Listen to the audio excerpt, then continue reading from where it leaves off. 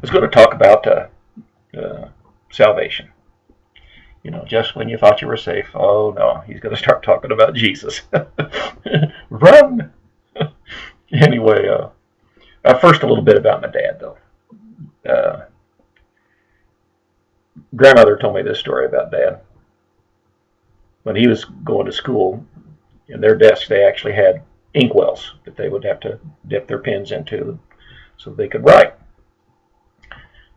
Sometimes what they would do is they would put some carbide in the inkwell and then press the stopper down real firm on top of the inkwell. And then, of course, it would gas up and then would either blow the top off. If it was really good, it would blow the top and a lot of ink around. So anyway, Dad put some carbide in the inkwell and pressed it down real good. Now, when it blew, it was one of those blow the ink kind, by the way.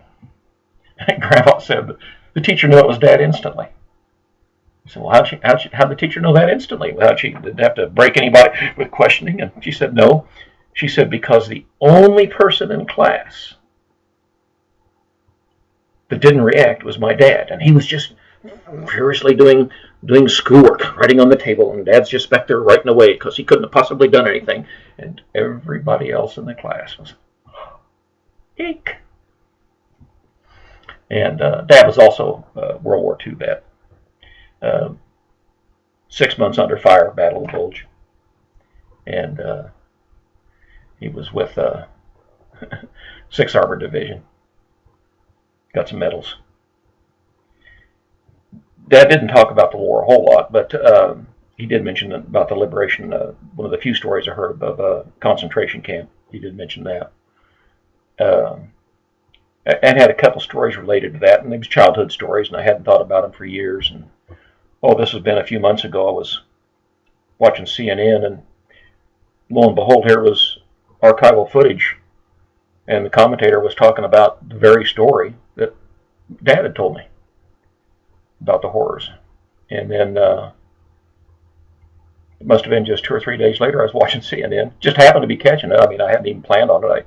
I just kind of catch the news every now and then. And here was another story that my dad had told me about from the war.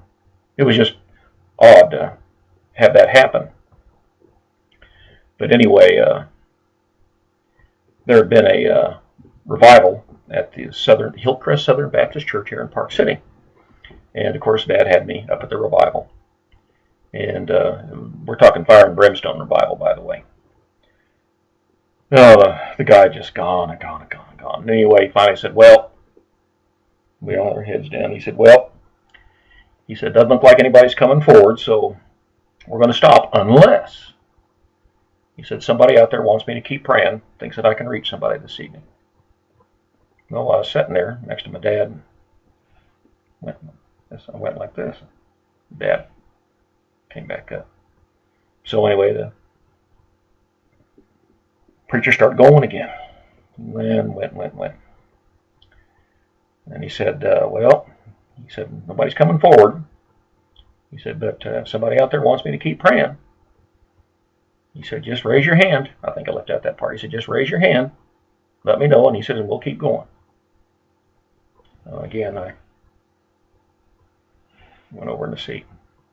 Well, I realized at that point what was going on. It was my dad. And every time Dad would raise his hand, of course, he'd lean over, and I was next to him, so I'd go over like this. And I remember thinking, oh, man, Dad's going to have these people here all night if I don't find Jesus. And the preacher, he prayed some more. And anyway, and I did find Jesus that night. And it was the Spirit. It wasn't just because my dad wouldn't let anybody go home until it found Jesus. And that was always a special time. And it's a special memory that I have about my dad. Years later, Dad had a heart attack. And he was down in the bedroom. And when I went in, Mom was in the front room. She was dialing that phone, calling for an ambulance. And Dad was cyanotic. He was blue and wasn't breathing. And I hollered at Mom. I didn't know what she wanted me to do. And she said, well, so that I can give him mouth to mouth. I'd had that class just the other. I'd had that class on that just a few days before, which is odd for fortuitous. And Mom said, "Well, do what you can do." So anyway, I started giving Dad mouth to mouth resuscitation. We didn't have all the pound on the chest stuff then, so I just started giving him mouth to mouth, and I just kept doing that, and he came back, and color came back in his face, and he just lunged forward.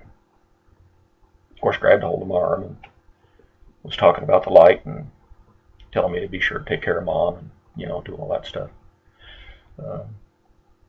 Mom came back in because I think she was afraid we was going to lose him again. And she threw a bunch of ice on his chest and yeah, that'll bring you up. That'll get you going again. But it was just I was just so blessed that I got to return the favor from Dad saving my life. And I'm going to fast forward quite a few years here because I think a lot of faith you end up having to talk about just gets to a certain point. It's got to be belief. Sometimes you have to suspend intellect, although I respect people that can get there with intellect. That there's just so much that goes on that I believe just defies description. We had been down to my grandma Pence's funeral, and for whatever reason, I remember when we were coming back, it was just Dad and I in the car. We'd taken a couple cars down there for whatever reason. And Dad and I was talking, and he said, "Well," he said, there's something I want to talk to you about." He said, "The last few times down to Liberal that I've been down there," he said, there's this young boy follows me as I drive around town." Dad had a lot of friends, and it was a small town, Liberal, Missouri, by the way. Not Liberal, Kansas, Liberal, Missouri. There is such a place. And he said he just in all the same places I was at. And I said, "Well, Dad, that's just not unusual. Kids will do that. They'll play in the same place, do the same things." And Dad said, "Well," he said, "this boy's dressed like me. He's got the same little white coveralls on that I wore when I was a kid." I said, "Well, I understand that. It just, I think that's just coincidental." We was driving, and Dad was just real quiet for a long time, and then he said, "Son," he said, "the boy's me." He said, "That little boy that I'm seeing jumping fences and hiding behind bushes and peeking at me," he said, "it's me." And I'm just, this is not, Dad just didn't say stuff like this. And, I think we talked just some small talk about that. And he said, "Son," he said, "I want you to know something." He said, "What if something happens to me?" He said, "I want to be buried Liberal." He said, "I don't care if you have to drive me down there in the seat beside you." He said, "I want to be buried in Liberal." And I said, "Well, Dad," I said, "okay, we'll do that." The rest of the time home was it was just really small talk, but 2 weeks later, Dad was gone. He had his last heart attack. They, where's I working? Love Box. And the foreman came out and got me, and he said, your dad's had a heart attack. He's at the hospital." So, man, I tore out of the plant and got in my car. I have no idea how fast I was going. It was 80, 90, 100. It was as fast as it would go. Folks won't remember, but when I was heading into Wesley, where the old Terrace drive-in used to be out, as you're driving towards the hospital, the road dipped down.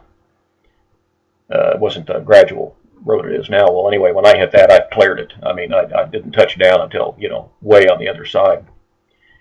And while I was in the air, and as best I can describe this, because I really don't have the words, it was like a wind had blew through me. And I knew Dad was gone, no doubt. And I wish I had the words to express it because of what went through me at that moment. It's like your body isn't your own. It's like somebody else is in there.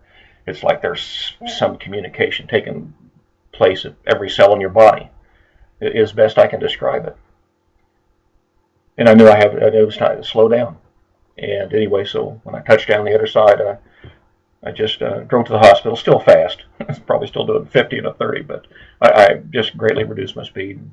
I got to the hospital, and I walked into the room. We was outside the emergency room, and Mom and the rest of the family was already there. And Mom looked at me, and she said, "Your dad's gone."